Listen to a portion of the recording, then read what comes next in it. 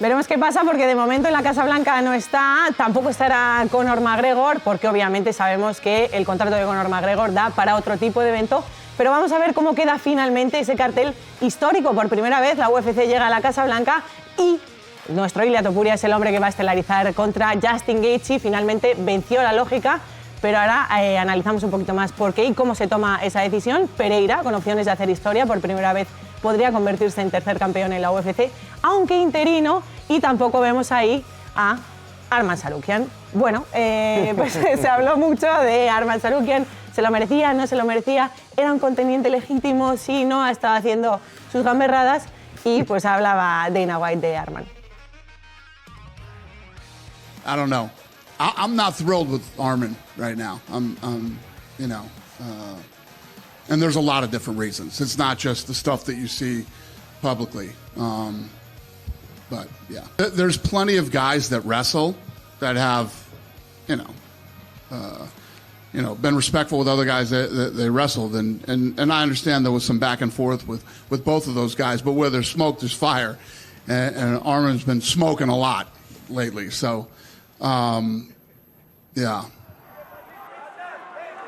Ha estado haciendo mucho humo, eso es verdad. La ha estado liando con tanganas, en RAF. Bueno, pues las travesuras habituales de Arman Tsarukyan, que se termina de perfilar como una relación muy tóxica, la de Tsarukyan-UFC. Saben que es un peleador con un talento bárbaro, saben que probablemente va a responder y que puede hacer cosas grandes. Tampoco le quieren soltar, lógicamente, ni dejar ir, pero tampoco le dan pues grandes peleas ahora mismo, aunque bueno, con esa victoria de Oliveira y Tsarukyan ahí suelto, pues podría ser una buena eliminación al título. Es que no para de estar involucrado en todo tipo de actuaciones en las que la UFC huye y quiere que evite a toda costa. O sea, todo lo que quiere que evite es lo que está haciendo. A nivel deportivo, la UFC son muy conocedores de cómo es el ranking, de cómo son los peleadores, son conscientes de que tienen un talento que es nivel mundial y que podría ser perfectamente campeón, de no ser porque hubiera otros peleadores, como en este caso el actual, que es Ilia Topuria. Pero el asunto es que no para de ir enlazando problemas deportivos y a la vez extradeportivos. O sea, que si el cabezazo con Dan Hooker, que casi les hace que se caiga la pelea estelar, porque no quiso Dan Hooker allí en Doha, porque luego reveló que había tenido una fractura de nariz. Va andando a pelear y de repente se da la vuelta y le golpea a un aficionado, que al final está representando a la UFC. Eres un luchador de UFC y vas vestido de UFC. Ha sido una concatenación de actuaciones y de actitudes que no le ha gustado nada a la UFC. Y esto de mantenerse activo a través del grappling, del wrestling, tiene una parte positiva siempre y cuando estés proyectando buenos valores. Pero es que te metes en el wrestling y acabas a guantazos o golpeas cuando ya termina el combate a tu oponente. O sea, son un montón de gestos que a la UFC no hace más que enervarle. Meritocráticamente, para mí, tendría que ser el siguiente. Pues debería de ser el siguiente. Es una pelea que quiero ver contra Ilia Topuria, pero creo que la UFC una vez más ha puesto otro tic de decir: vas a tener que hacer otro camino más largo aún del que ya estás haciendo. Hay otro aleccionado, otro hombre que teníamos muchísimas ganas también de ver en la UFC, que es Jon Jones, que además, también por méritos, era el americano pues más condecorado de la UFC, el que más opciones tenía de salir victorioso, pero se cae de ese cartel.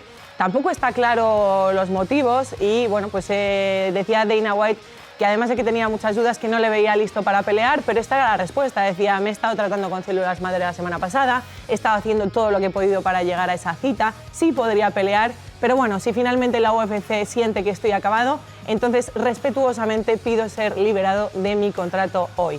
Hay muchas cosas con el tema de Jon Jones, Jorge Lera. A mí la verdad que sí me hubiera gustado verle estelarizar la Casa Blanca, o al menos tener presencia en el cartel de la Casa Blanca, y que se despidiera de una forma pues un poco más honrosa por todo lo que le ha dado, por lo que le ha dado también la UFC a Jon, y acabar de esta forma bueno, pues un poco triste, ¿no? A mí me ha extrañado porque evidentemente tiene que haber mucho juego subterráneo, mucho juego que no vamos a conocer, pero creo que para la UFC la salida más fácil para una cartelera como la de la Casa Blanca es Jon Jones, es el representante americano, es el más grande de todos los tiempos, no lo olvidemos. Entonces, simplemente con la presencia de Jon Jones en el cartel hubieran solucionado todos los problemas. La presencia de Jon Jones ya daría un empaque total a lo que es la cartelera de la Casa Blanca. Entonces, el hecho de que no haya entrado, que Dana White haya hecho esas declaraciones, pues yo creo que un poco infravalorando lo que es la figura de Jon Jones, ¿no? Como deportista.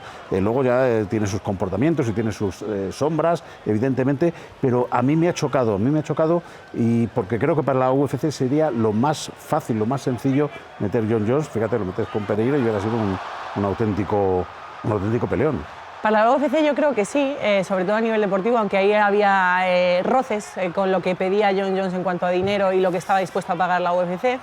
Pero también, como ya comentamos la semana pasada, la UFC Casablanca tiene tintes políticos. Ahora mismo el presidente de los Estados Unidos es Donald Trump y se descubrió en la pelea anterior que Jon Jones seguía a Kamala Harris, que era pues, la rival de Trump. Son cosas que no gustan. Entonces, bueno, Trump es que tampoco ha luchado mucho porque esté ahí Jon Jones. Entonces, pero le hizo un bailecito, ¿no? Sí, pero porque Jones es muy listo y vio que estaba Donald Trump y dijo, venga, me dejo querer. Entonces, no sé, Colme, si es estrictamente político o si también el tema de la negociación y el roce por el dinero ha hecho mucho daño. Yo creo que ha hecho mucho daño el asunto del dinero y les han separado cantidades que, según he podido investigar y me han trasladado, seguramente no sean exactas, pero el asunto era contra Tomás Pinal, se le ofrecieron $30 millones y cuando él levanta la mano y dice quiero ser el combate de la estelar de la Casa Blanca, la UFC aprovecha su posición de poder y cuando llegan y lo llaman y quieren que sea de verdad ese el combate estelar, le ofrecen 15 millones, que es la mitad. Y ahí está el debate, ¿no? ¿Debía de haberlos aceptado aún así o tenía que haber luchado por su precio?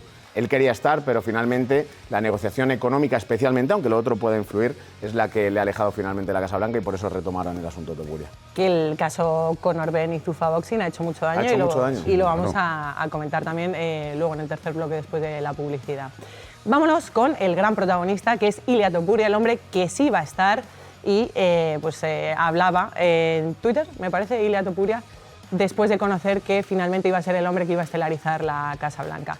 Bueno, pues él, obviamente, Ilia, siempre quiere las grandes peleas, las peleas de legado, y estaba esperando a Islam Makhachev para este gran escenario, pero pues no se sabe exactamente qué ha pasado. Ahora vamos a darle un poquito más de claridad al asunto, pero la realidad es que Islam Makhachev estuvo sobre la mesa y luego desapareció. Y ahora el que se va a enfrentar es a Justin Gaethje, esa es la pelea estelar, y dice, bueno, que ese es el que va a pagar los platos rotos Justin Gaethje, ya que Islam ha salido corriendo. Vamos a ver qué dice el manager de Ilia Topuria, que es Kawa.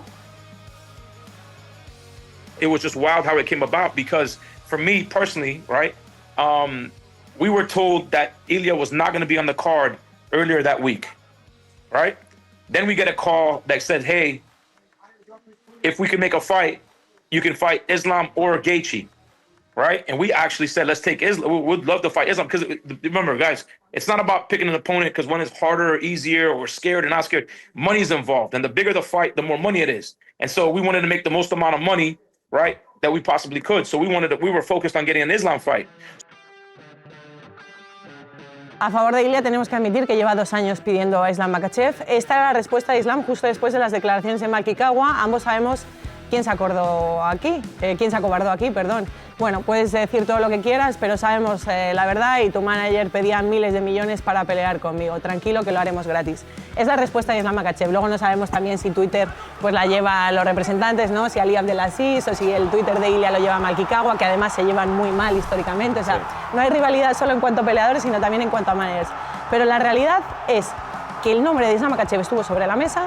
Luego Dana White admite que Islam Makhachev estaba lesionado de la mano, por lo tanto esa pelea no se puede dar, y también admite que ha sido una pelea de última hora contra Justin Gaethje, cuando realmente, originalmente para mí, la lógica diría que hay que unificar títulos. Entonces, ¿qué os parece a vosotros qué pasó? Porque la realidad nunca la vamos a saber, eso solo lo saben ellos. Nunca la vamos a saber, pero a mí me da la impresión de que, desde el punto de vista de la UFC, dada la cartelera que es, tenía que tener algo grande. Si Jon Jones no estaba, si Conor McGregor tampoco, si el mejor combate de la historia de las MMA femeninas, que podría haber sido Kayla Harrison con Amanda, también se cayó por lesión.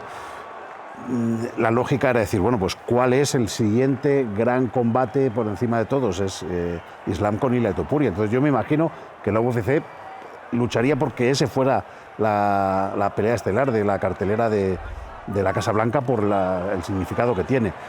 Luego, el problema es que no te puedes fiar de ninguno, porque todo el mundo arrima el ascua a su sardina. Las declaraciones de Dana White, pues sabemos que evidentemente no te las tienes que creer a pie juntillas, ni las de Ali Abdelaziz, ni... Bueno, esto no deja de ser un tablero de ajedrez, y la partida se sigue jugando, no van a estar en la Casa Blanca, pero ese combate se tiene que hacer tarde o temprano. Entonces yo creo que todavía siguen todos moviendo sus piezas.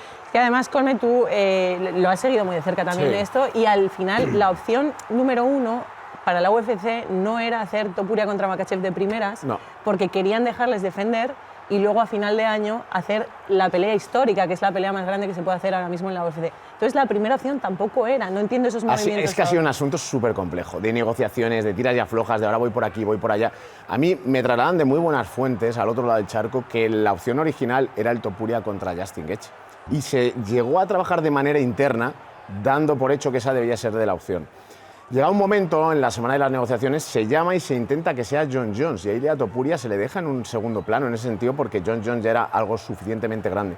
Cuando Jon Jones se cae, se retoma la opción Topuria y se le ofrece directamente hacer la de Makhachev en caso de que él quiera. ¿Por qué? Porque finalmente se estaba dando un tinte internacional a la Casa Blanca y un tinte solo de lo más grande a nivel deportivo. Si por ello fuera, yo creo que se hubiera hecho un evento puramente estadounidense, pero no había material suficiente para hacerlo. No había campeones, el único era el campeón interino disponible, que era Justin Gaethje, que finalmente se combate estelar, y por lo tanto no se pudo hacer ese evento que se trabajó y se pensó en un instante, en un inicio, que fuera a ser así, puramente estadounidense, porque es lo que es el 250 aniversario, ¿no?, de la conmemoración de independencia.